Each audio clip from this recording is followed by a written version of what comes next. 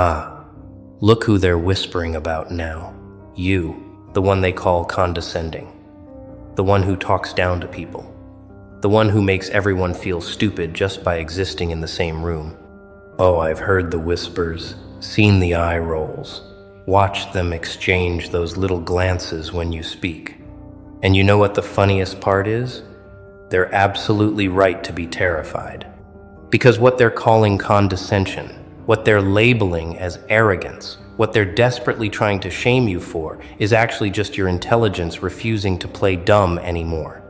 Your IQ isn't the problem. Their fragile ego is. And deep down, in that place they'll never admit exists, they know it. They know you see through their performance, their recycled opinions, their borrowed thoughts dressed up as original ideas. They know you're 3 steps ahead in every conversation, biting your tongue while they stumble through conclusions you reached 5 minutes ago.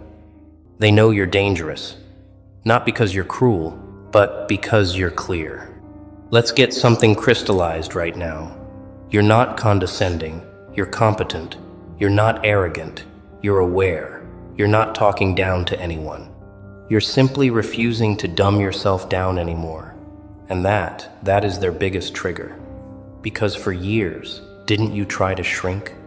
Didn't you slow your speech, simplify your vocabulary, laugh at jokes that weren't funny, pretend you didn't see the logical fallacies falling out of their mouths like loose teeth?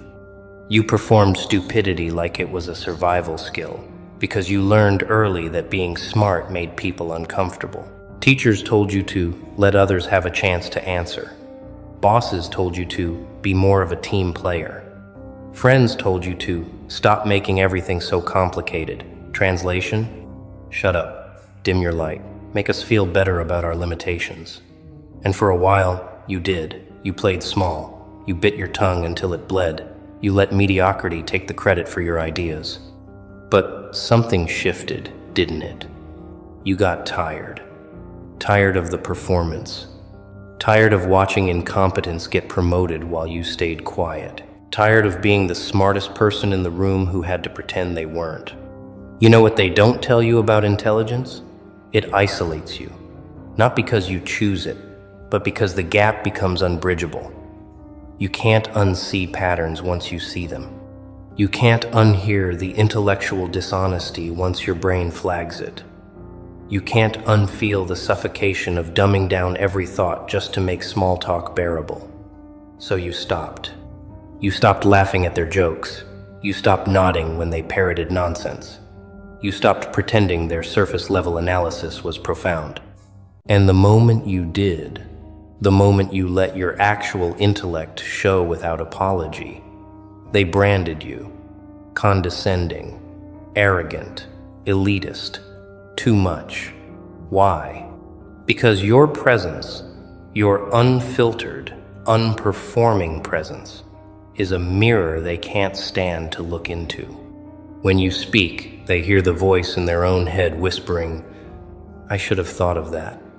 Why didn't I see that? Am I actually not as smart as I thought?" And rather than sit with that discomfort, rather than admit they might need to level up, they do what frightened people always do.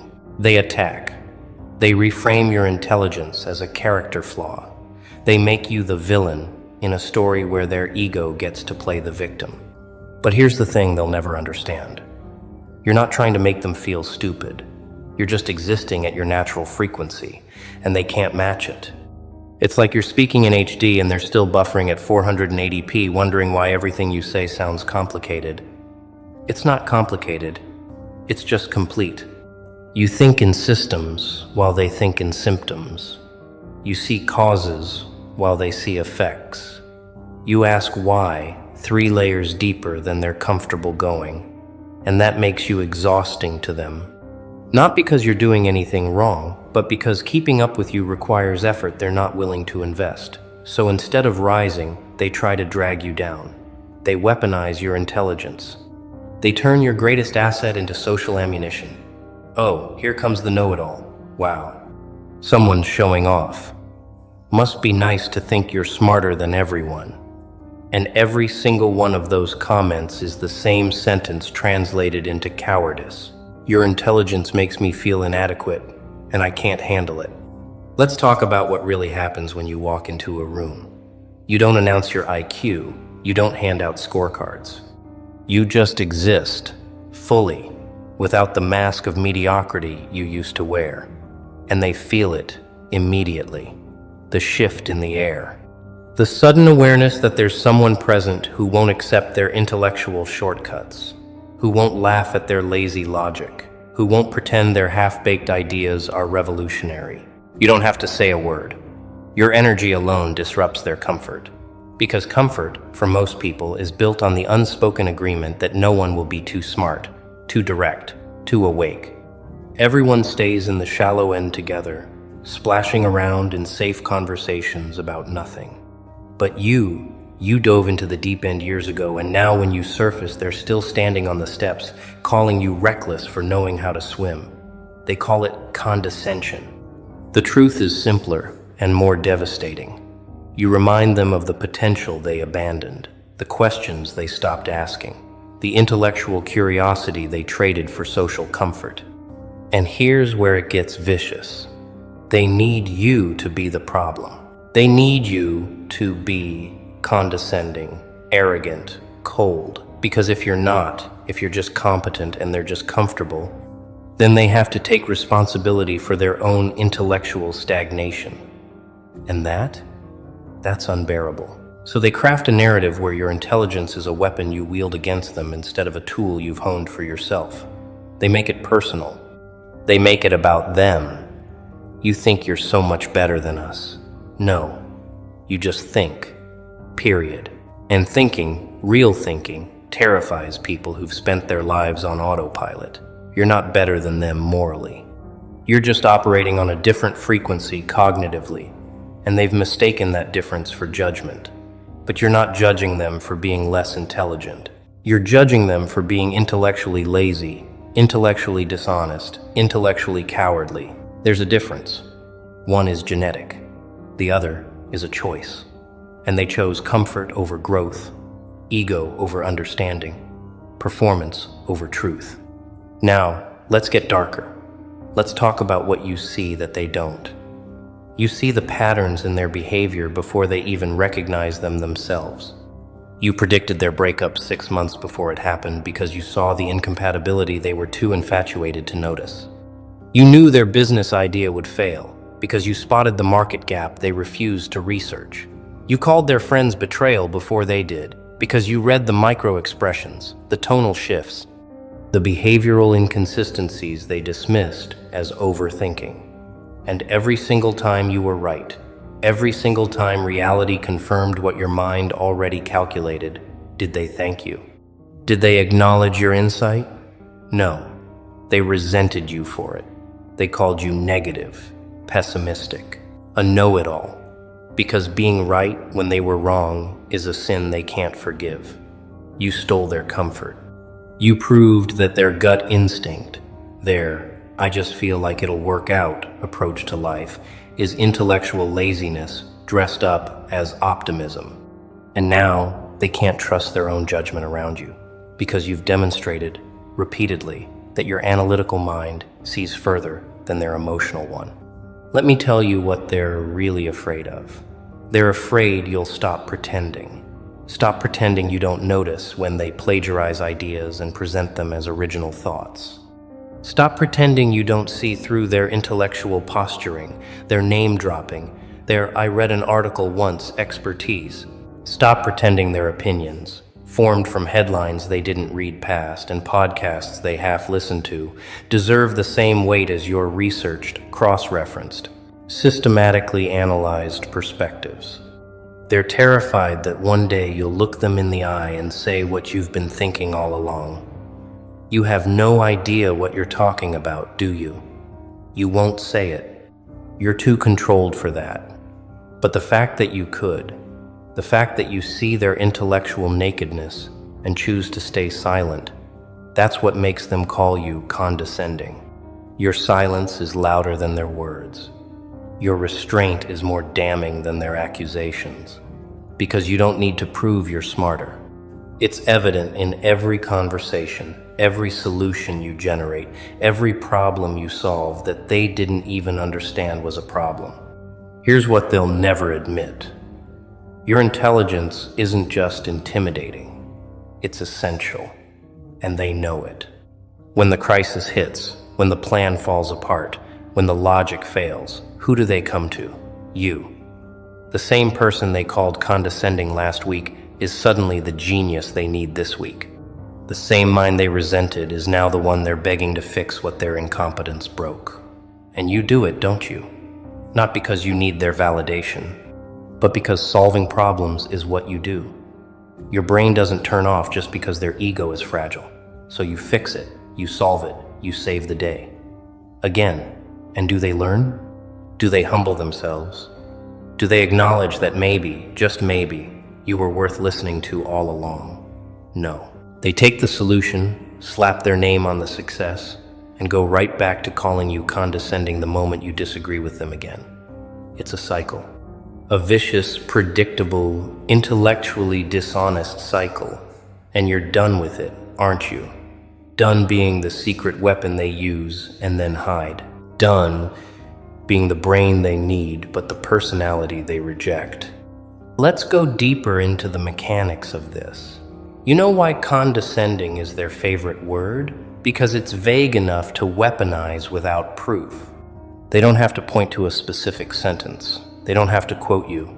They just gesture vaguely at your tone and suddenly you're guilty. Guilty of making them feel small. Guilty of making them confront their own intellectual limitations. Guilty of existing without a filter. Your tone isn't condescending. Your tone is confident. But confidence in someone smarter than them sounds like arrogance to people who've never earned their own. They hear your certainty and mistake it for superiority because they've never been certain about anything that wasn't fed to them pre-digested by someone else. You speak in declaratives because you've done the work. You've tested the hypothesis. You've eliminated the variables. You know. And knowing, without hedging, without qualifying, without softening every statement with "I think" or "maybe" or "in my opinion," that sounds like arrogance to people who live in perpetual doubt. But it's not arrogance.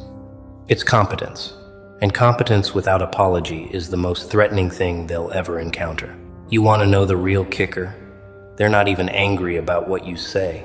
They're angry about what you don't say, the corrections you don't make, the fallacies you don't point out, the moments you let them be wrong because you've learned that correcting them makes you the villain. Every time you bite your tongue, they feel it. They feel you choosing not to embarrass them. They feel you holding back the tidal wave of knowledge that would drown their argument. And that restraint, that mercy you show them by staying silent, they interpret as condescension. Because you're not treating them as an equal. You're treating them as someone who can't handle the truth. And you're right, they can't. So they accuse you of the very thing you're doing to protect them. They call you condescending for not destroying them with facts they're not equipped to process. It's perverse, it's maddening, and it's exactly why you've stopped trying to meet them halfway. There is no halfway between clarity and delusion. Now here's where you become dangerous. You've stopped explaining. You've stopped defending your intelligence. You've stopped apologizing for knowing more, seeing more, understanding more than they do. You used to soften it, didn't you? Oh, I just read a lot. I don't know, I might be wrong. That's just my opinion. You'd self-deprecate just to make them comfortable. Shrink your certainty so their uncertainty didn't feel so crushing, but not anymore. Now you just state it, clearly, directly, without the cushion of false humility, and they hate it. They call it condescending because they don't have another word for someone who knows they're right and doesn't pretend otherwise. You're not playing their game anymore. You're not managing their emotions.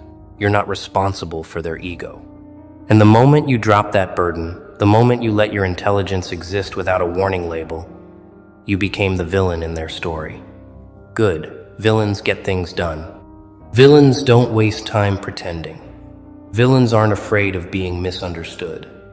And if being smart, direct, and unapologetic makes you a villain in their eyes, then wear the crown. Because heroes wait for permission, villains take what's theirs. Let's talk about the loneliness, though, because no one tells you that part.